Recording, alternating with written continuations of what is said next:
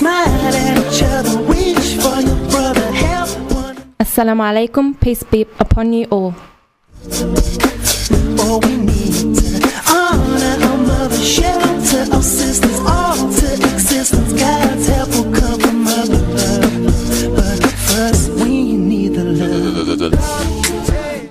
Welcome to the Y Factor, guys. Glad to have you on another episode this week. And if you're wondering who that girl introducing us to the show was, that was Amatullah, our co-host, we are very happy to welcome back. Thank you. I'm very happy to be back. Alhamdulillah.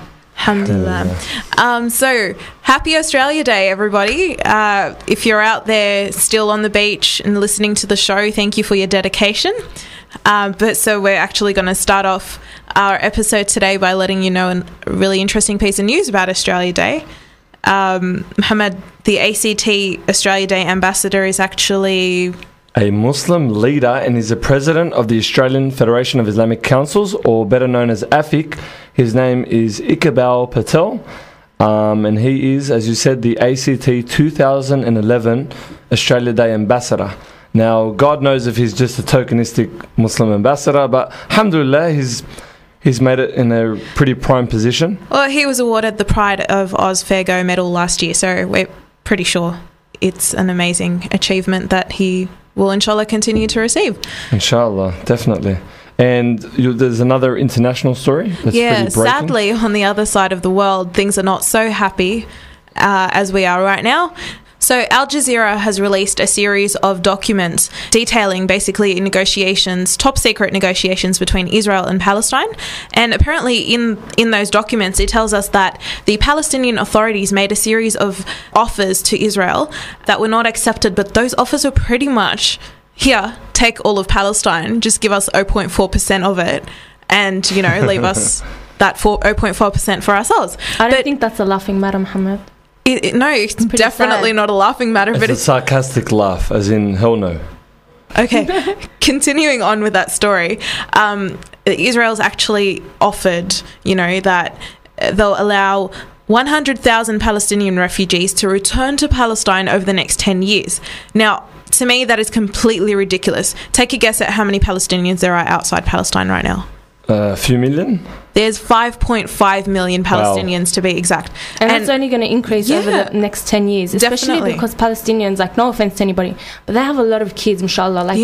It's known around the world that Palestinians have a lot of kids, especially boys. I think there was a study specifically so saying the number of Palestinians is just going to continue to multiply over the next 10 years, and when they come to bring those 100,000, and on what basis are they going to choose the 100,000 Palestinian refugees they're taking back? It's a ridiculous claim, just another attempt to make Israel just for the Jews, and it seems pretty obvious. It's a blatant form of ethnic cleansing, I believe.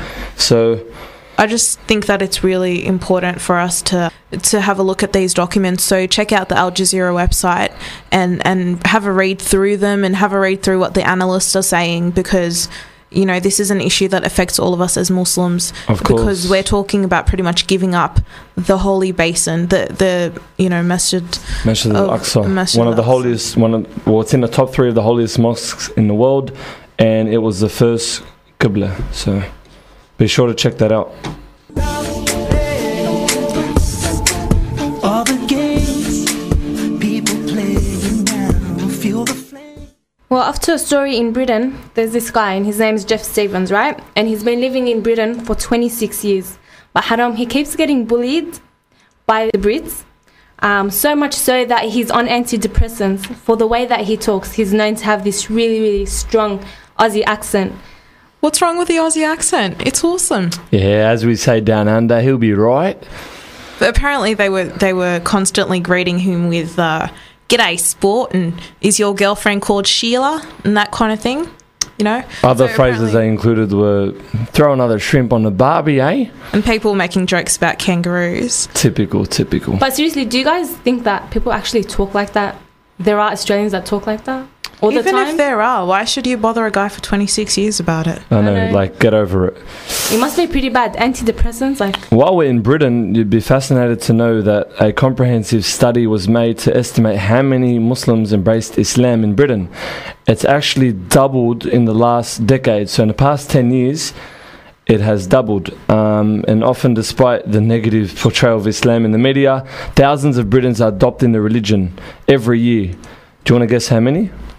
How many thousand? 10,000. Bit generous. 5. Correct. 5,000 new conversions nationwide each year, which is unbelievable. And recently, late last year, the name Muhammad became the most popular name for newborn babies in Britain. It shot up from third position, overtaking Jack, which was dominating the top position for 14 years. So, go Muhammads out there, we love you. Look how happy he is just because it's his name. Breed compassion and sentiment, limitless in my power to heal the hearts of men.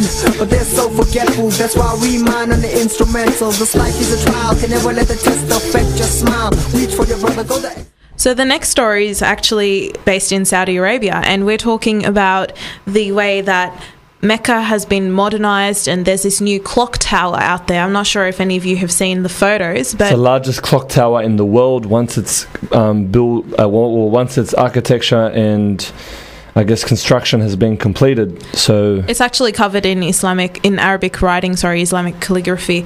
It looks incredible, but we found this article where the journalist is sort of saying, is that really what Hajj is about? Hajj is about egalitarian spirit. People from all over the world, from all different class systems are there. It doesn't matter if you're rich or you're poor. And yet all this money is going into making this clock tower, which has over 800 hotel rooms inside. There's a massive shopping centre in it.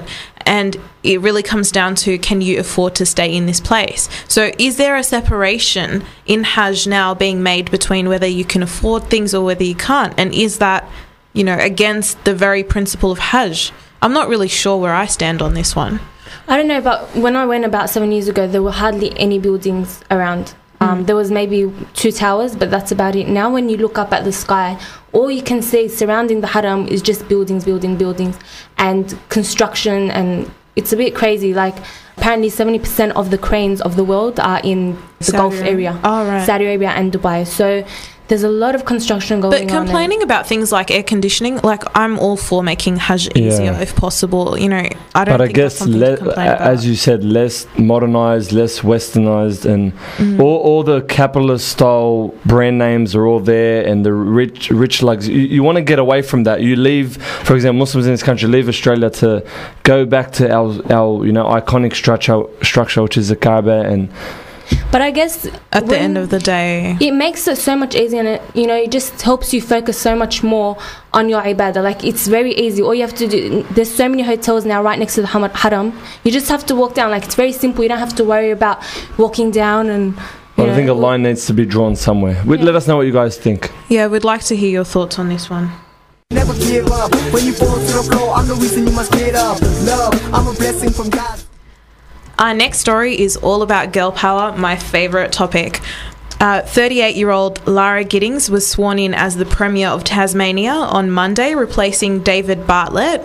So that pretty much makes the Governor-General a female, the Prime Minister a female, the Premier of New South Wales, Queensland and Tasmania a female. Am I missing anything here?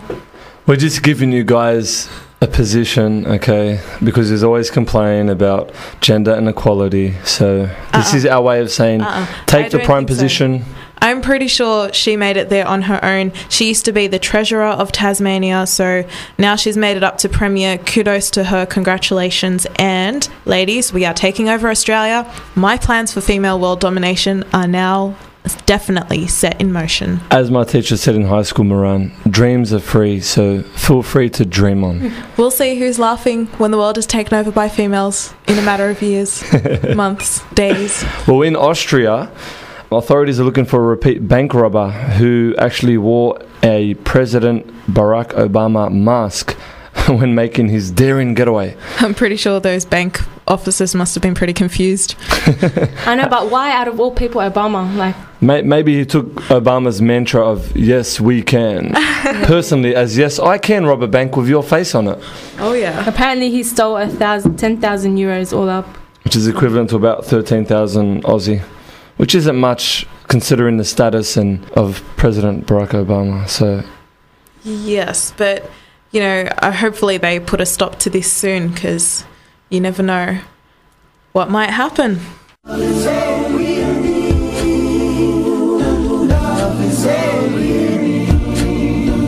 need is love.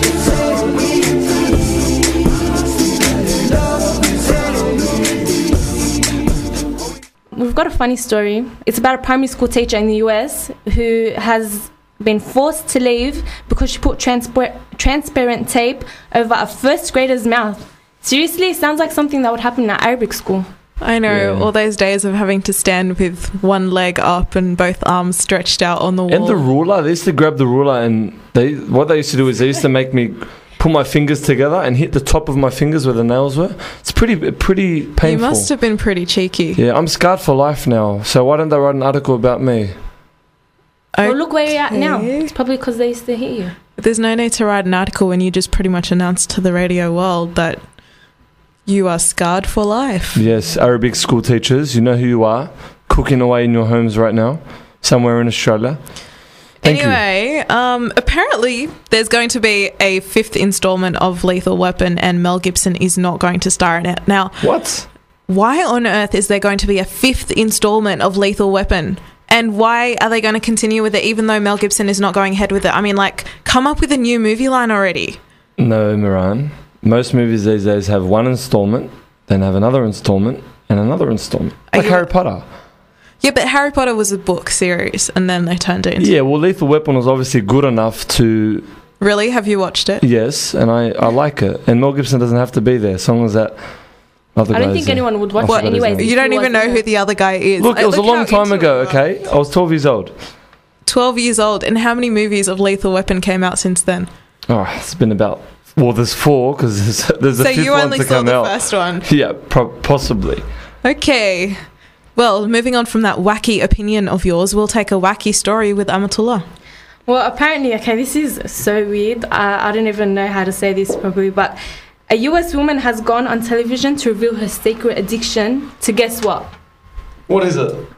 Wait, she eats cockroaches. No, man. Okay. This is out of eating couch cushions. Wow. Couch cushions. Yeah. Like, literally eating them, putting them in her mouth and swallowing them. Yeah, apparently she started when she was 10, so it's a habit over the years that she's picked up. And in total, she's eaten 7 couches and 2 chairs. MashaAllah alayha.